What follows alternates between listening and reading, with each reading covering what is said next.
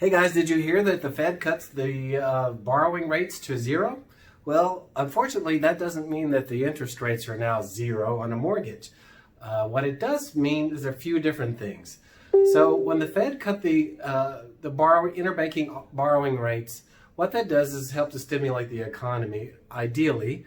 And generally, when they do, then the mortgage rates will follow generally down the road. But unfortunately, at this point, they've actually had the opposite effect. So there's so much fear and turmoil in the market that what's going on is that it appears as though, in my opinion, that people are getting out of the market, both the bond market and the stock market, and getting into cash. So they're pulling all that money out and they're not reinvesting in the bonds. So last week, when we had our record low on a Monday, by Friday, interest rates were back higher than they've been in months and months. So on Sunday, the Fed made an emergency cut of 1%. So now we're near zero.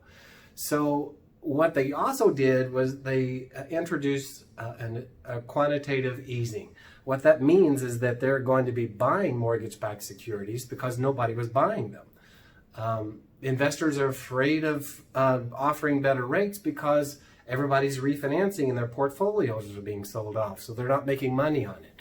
So hopefully the quantitative easing will lower interest rates over the long run. We should see maybe that in the next 2 to 3 weeks. We should see rates start trickling back down. But still, yet they're not at record lows right now, and they're not at zero. So if there's any questions that I can help you with, please feel free to give me a call back. If you think you might want to refinance, or if you're wanting to purchase, the best thing is to get with your loan officer and, hey, I'm a loan officer, we'd love to help you.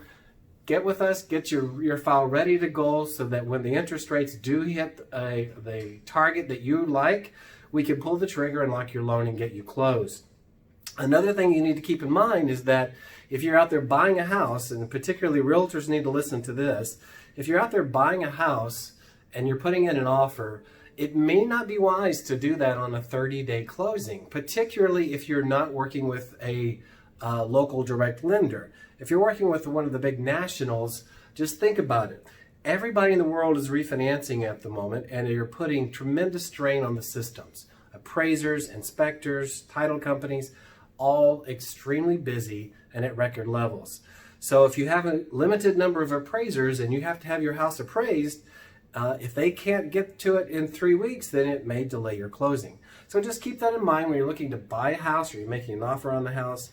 You may, during this very, very peak time, you may want to look at a 45. Now, Service First is committed to closing on time within 30 days, and we have not missed any of those yet. But keep that in mind if you're not using a local direct lender.